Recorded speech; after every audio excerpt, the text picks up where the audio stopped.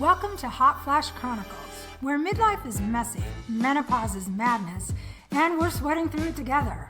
We're Angie and Shelly, two caffeine-fueled, slightly inappropriate grandmas who say what everyone's thinking. So grab a drink, crank up the AC, and let's dive in. Angie! Shelly! Guess what time it is? It is 8:17. Wow, so literal. So literal. What are we talking about today, Shell? We are talking about something, you know what I'm going to say here. And it's because it's true that I'm going to say it's going to be fun. And it's near and dear to our hearts. It's near and dear to our hearts. You can roll the tape. We always say that. Roll the tape. She always says it. And the reason I'm saying that is because we're going to talk about our youth, our wild and crazy youth, and the shows, the TV shows, the good, the bad, and the ugly that we used to watch circa 1970s, 80s, 90s.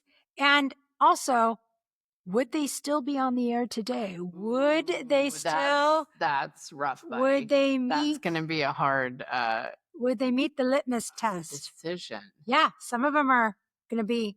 And do we think the quality has changed a little? The quality of acting, the quality of sometimes material. I'll watch shows and be like, oh, that shit would not fly today. That would You could not have said that. How did they get away with that? Even Steve Carell has even said we could not film The Office in 2025. Not the same version. We could not get away with some of the stuff that was what was visited. And I've watched some episodes and went, oh, he's right. So, yeah. So when you were like young, aside from like, let's not go cartoons because that feels like that's a little obviously Hong Kong Fooey. Apparently, it's had a little crush on him. Had a little crush on him. He's a cartoon. So outside of cartoons, and we're talking like sitcoms, dramas. Like, what kind of shows did you look forward to? Because way back in yonder years, we had to watch them live. You had to watch them live. Before VCRs. We were born before VCRs. Some of y'all won't even know what a VCR is. Yeah, they had a season, and if you missed a show, you just missed it. And you there might reruns catch it in the summer and rerun. Yeah. But if, for God forbid, you had to miss two of them, you had to wait for it to go into syndication. Big trouble. Yeah, it could take a long time. So what were some of your favorite shows growing up? Like, did you watch shows with your family? Did you guys have like TV? Yeah, there were some things we watched with our parents, and then there were some things that was more me and my sister and my little brother would watch. So my parents, the things that they liked was a lot of CBS TV, the Carol Burnett show, which was a variety show, which I still think is quite funny till this day. Oh, for sure. And their outtakes were always amazing. So we watched the Carol Burnett. There are some variety shows on Sunday nights. Did you watch the Barbara Mandrell show? Yeah, that was one. Oh yeah, on Sunday nights, you watched Lawrence Welk, Mutual of Omaha's Wild Kingdom, and then Disney. And I think it was kind of in that. I think it was Mutual of Omaha's Wild Kingdom, then the Lawrence Welk show, and then Disney, or maybe vice versa. They were in that order on Sundays. That was, and also, you guys, there was 3 channels. You didn't get very many options. We grew up in very different households. Yeah, so that would be, and my mom and dad were kind of a little bit political. So we watched things like All in the Family, Maude, the Mary Tyler Moore Show, Rhoda. These were all things my mom and dad liked. So this was when women's lib was big, when civil rights were going on. So, and I just recently found out Mary Tyler Moore had to fight like crazy to not have her character be divorced. They wanted her to be a divorcee, and she wanted to be someone who had never gotten married and had an important career, wanted to have a career. So she like basically wasn't going to film the show if they didn't let her just be unmarried by choice. And she was coming in hot after the Dick Van Dyke Show. She had been played the wife on that. So she had some street cred, but I thought that was like a little interesting piece of side history. Yeah. I love for her. So that was a lot. And then I'd say my sister and brother, we watched things like Happy Days, Laverne and Shirley, Little House on the Prairie was big. I watched all of those as well. So those were probably like okay, so what about you? What was watched at your house?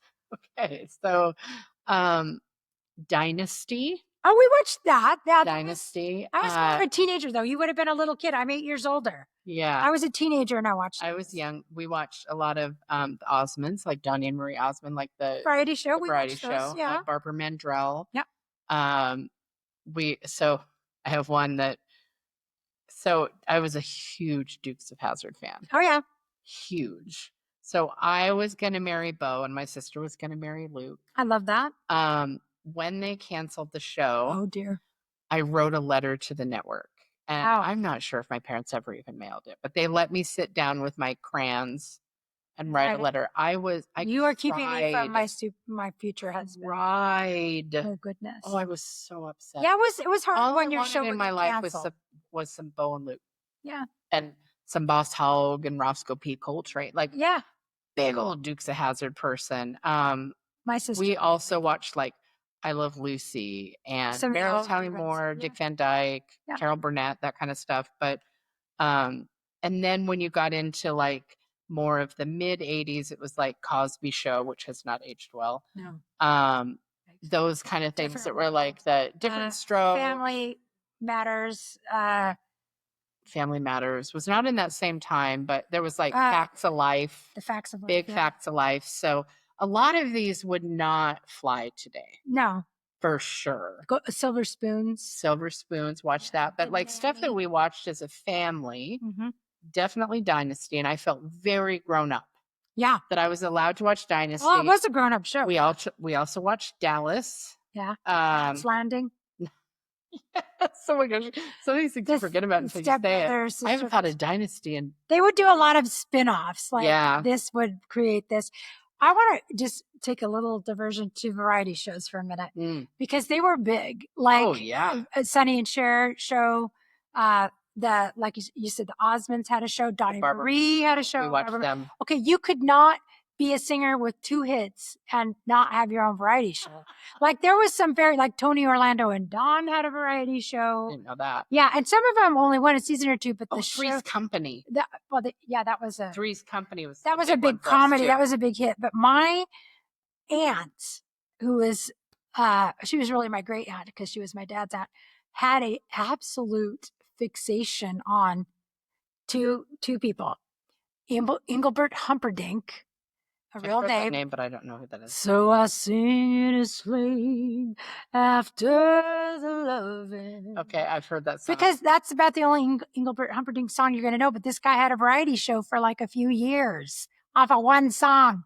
It was not a great variety show, but my aunt was tuned in like crazy. And then Tom Jones. She's a lady. Yeah, okay. Whoa. Okay. Yeah, he had a variety show. So some of the people with variety shows. Blonde David Soul from Starsky and Hutch had it like a variety show. Oh, we watched that too. Yeah. So variety shows Bonanza. were big. They're not as big now. Like I don't really think that. Now we have like American Idol and like those are like more like these talent were like shows, like scouting. Variety show. They would sing a song, but they would have sketches, and they would like have Saturday Night Live. Kind of. They weren't as good as Saturday Night Live, but or whatever they're doing right now. I don't know if Saturday Night Live. And there was like what was it? Flash Gold. Solid Gold. We watched that every week too. It was like musical variety shows like Soul Train and like Laugh-In. Yeah. Laugh-In was great. Very political. Like would that be allowed to I haven't thought of some of these in decades. So you think about them and some of them were real cheesy and they weren't great, but some of them were groundbreaking for their time. MASH. The show MASH was a masterpiece. And I would watch that again today. I would rewatch that. And I think it had the biggest finale ever. I think it still holds the record. Seinfeld, too, had a huge finale. But it was disappointing. Yeah. The Seinfeld finale was not good. The MASH finale was amazing. So if we go past like the 70s and 80s and we start rocking into the 90s, where like there's Seinfeld, there's Friends. I was a huge Friends fan. Yeah. Shows like that, like some of that stuff wouldn't fly now either. Yeah. Or even like Sex and the City or things like that, like some of those things that were. Well, I think about Friends because I was really a big fan of Friends, and it's a little bit now when I watch when Monica was fat and how they totally fat shamed her. Yeah, there was so much. Oh yeah, it's like that just would never fly now, and that was that her being fat was like a big joke of the thing, and it's like, ooh, so just as recent as the early mid 90s, that was still real acceptable to do that. Well, and there have only been 2 celebrity deaths that I have mourned and actually physically cried over, and Matthew Perry was one of them. Absolutely. I was a disaster. Yeah. And then to find out that like 3 full years of Friends, he was so high, he doesn't even remember filming them because he was just so strung out, and you wouldn't know watching it. You wouldn't know because somehow he kept his lines. And but you could always see he was like chubby some seasons. He'd come back a little thin, and then his health, like, you could tell when you watch it, you can see it now play out. But it's like, and the other one was Chris Cornell, by the way, that I cried about. Yeah, my favorite male vocalist of all time. Yeah, there's things that hit you hard, but these shows, the level, the quality of them, like I liked Cheers and Frasier. Yep. And those were good. Like those were top notch. The writing was good, the everything. And then so now it's like some of them were excellent, but then some of them were garbage. Like what? I think back when the Bionic, the $6 million man. And by the way, they buy a tone now. Yeah. And the Bionic Woman. When we were in Hawaii last year visiting friends, my friend from high school, Greg, he loves the Bionic Woman. And he goes, has Phil ever seen the $6 million man? And of course he hadn't. Right. And so he's like, let's have him watch the Fembots. It was like a 3-parter on the Bionic Woman. It is so awesomely bad. You just have to watch it again, you guys. Go look at it. I thought it was so cool when I was like 9 or 8 when that was on. I thought it was so good, and I thought the special effects were amazing, and they are not. They are not. Watch them because they're awesomely funny done. To watch. Or like the old Wonder Woman, like Linda Carter. That's super corny. Like if you go watch Fantasy Island, The Love Boat, just the quality of acting. And we watch those two every week. The guest stars would always be C-grade, C-squad level, like Charo.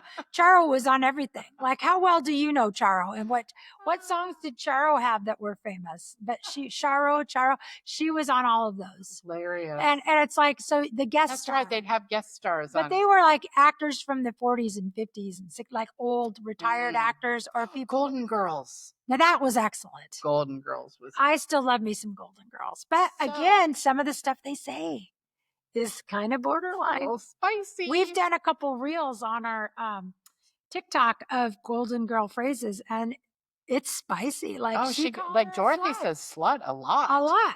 About Rose. There's a lot of slut shaming. And Rose doesn't care. No, Rose wasn't the slut. Not Rose. Blanche. Rose was the idiot. She was the one from Minnesota. She was the innocent one, which was very funny because Betty White, because of her role on Mary Tyler Moore's show, Sue Ann Nivens, they actually wanted her to be the Blanche character. That was the one that they had in mind for her.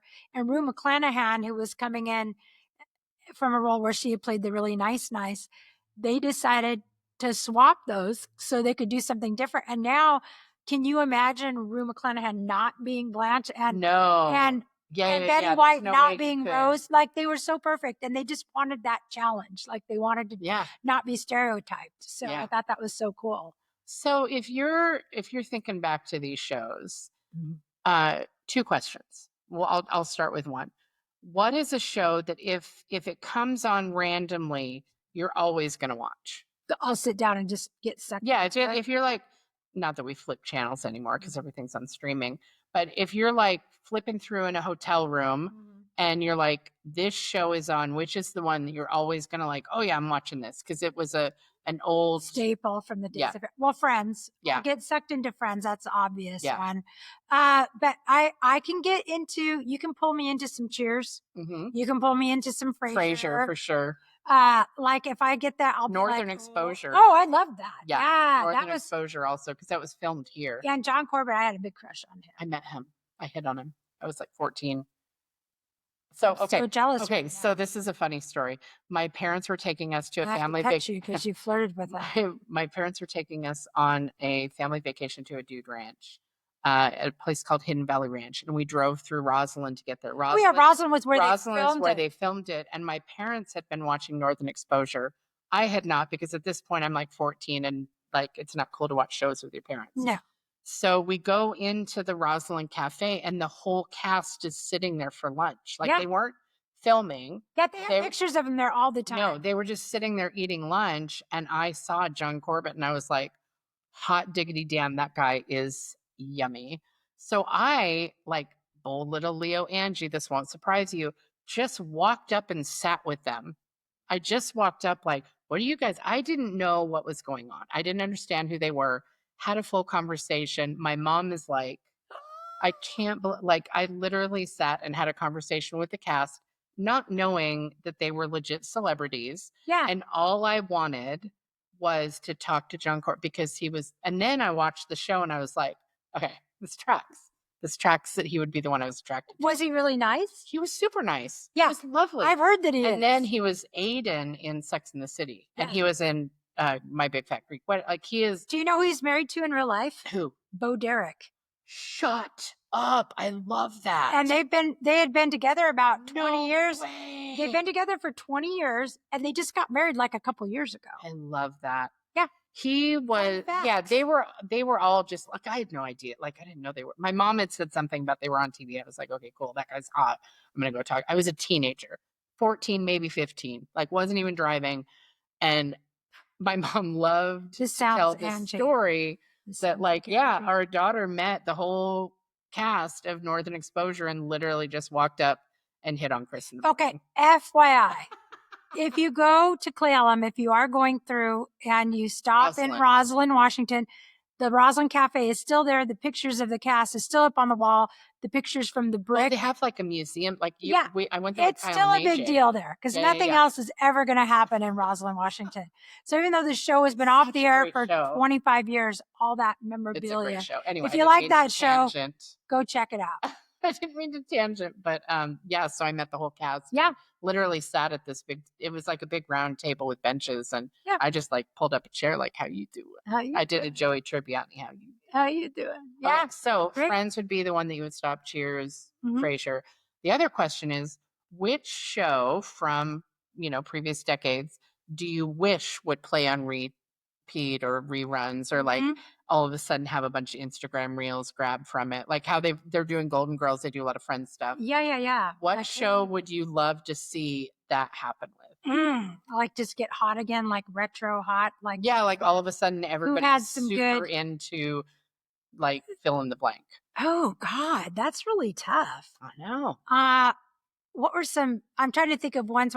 Well, okay, so a lot of good sound bites. You could get a shitload of good sound bites from Frasier. You could. Yeah. You literally could. I'm surprised there's not more of them. That is some smart, top-notch.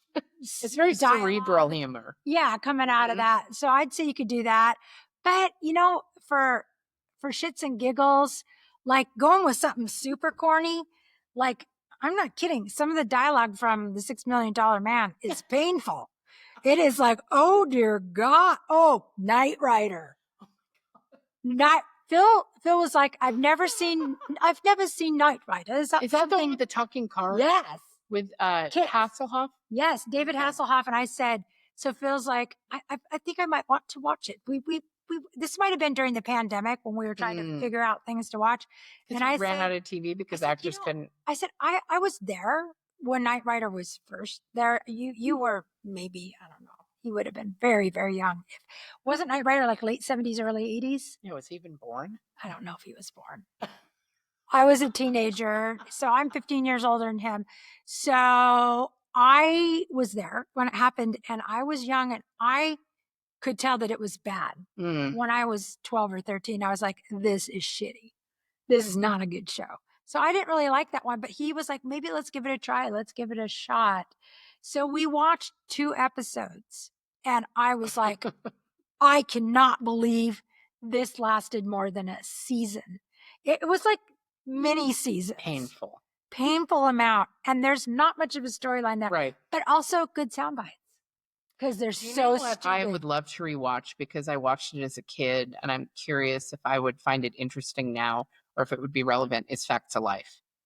Because I felt the good to take the bad. You take them both, and there you have the facts of life. Yeah. The facts. So I feel like they were dropping some truth bombs and life lessons, and every episode had a moral of the story and a takeaway and a feel good moment. And you had Mrs. What's her face from what was her name from Different Strokes? Yeah, I can't remember her name.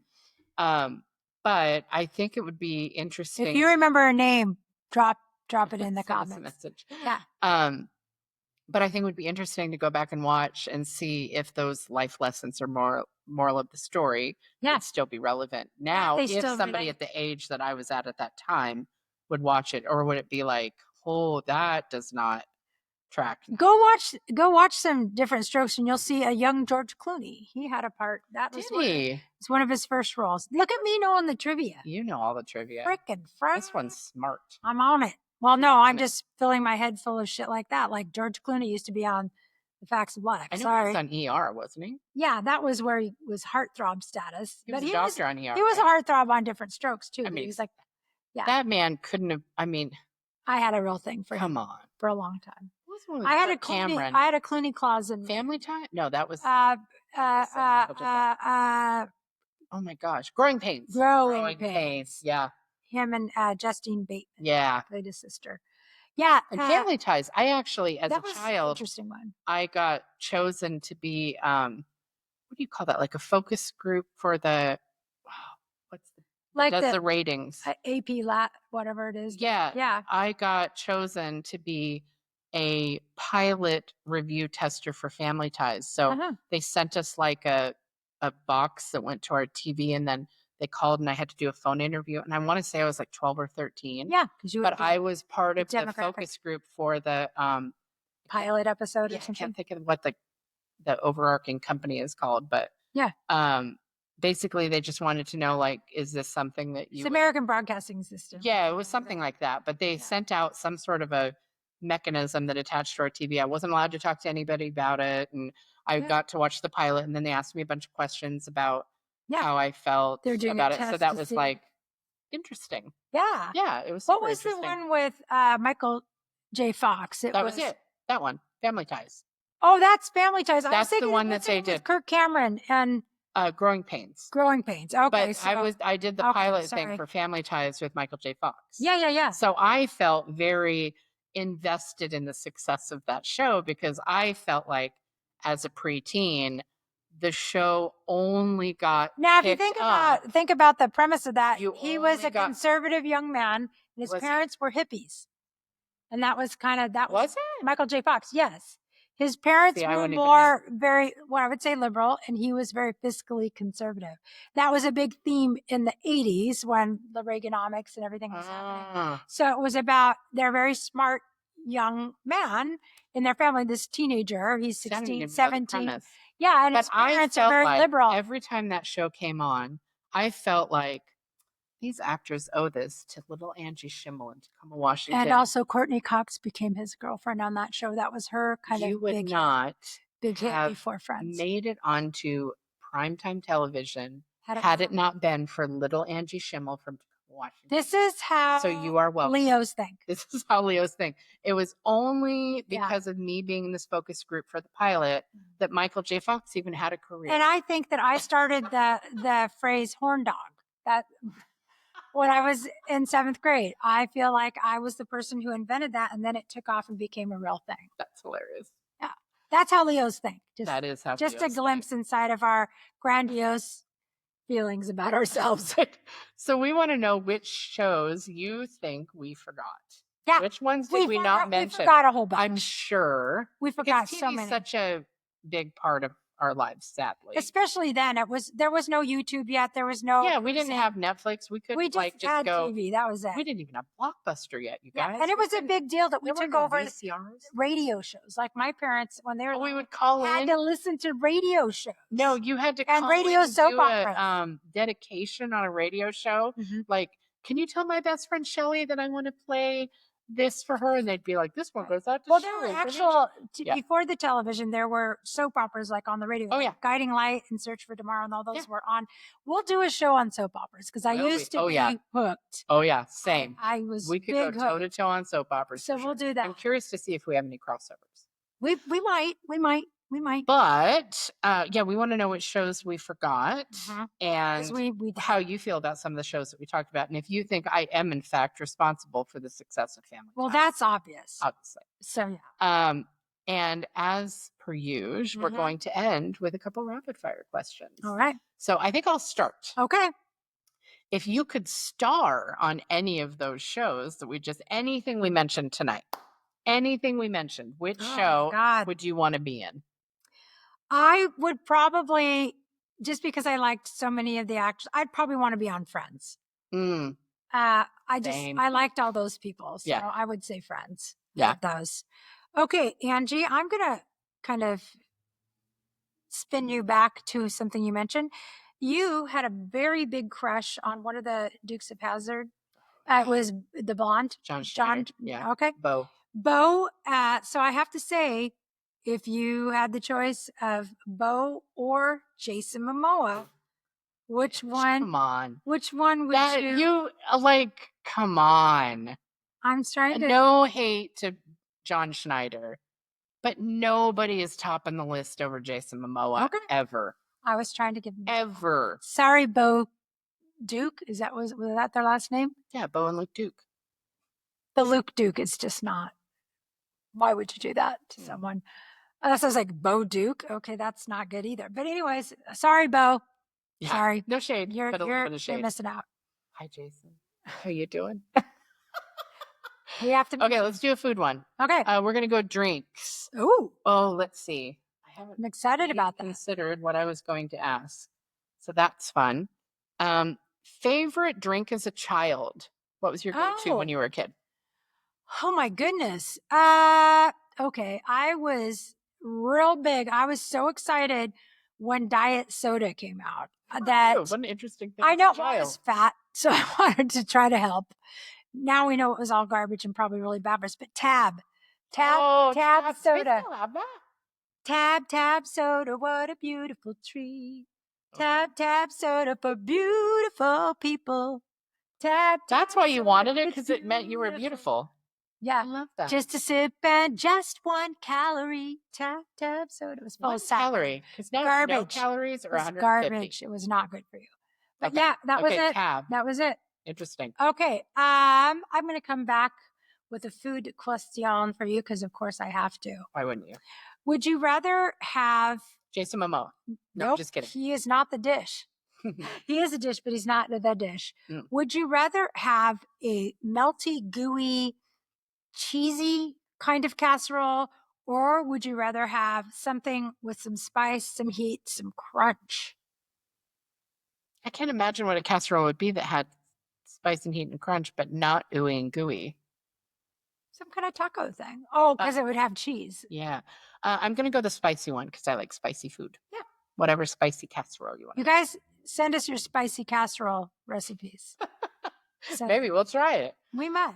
So this has been another episode of Hot Flash Chronicles. We appreciate you spending your time with us. It means the world that you've chosen to listen to us. If you have time, we would love if you gave us a like, a follow, a subscribe, 5-star review. If you find it in your heart, those are incredible. Helps push us out to more people. You know, like how little Angie Schimmel made a hit out of Family Ties. You could be J. Fox. You could be our Angie Schimmel. You could be that person. So thank you for hanging with us, and we look forward to next time. Until we see you on the other side, Angie and Shelly out. Bye. Au revoir. Arrivederci. That's a wrap on this episode. If you laughed, related, or just need more, hit subscribe. Check out the show notes to find us on socials and YouTube, and join our Patreon for exclusive extras. And remember, we're still hot, just in flashes.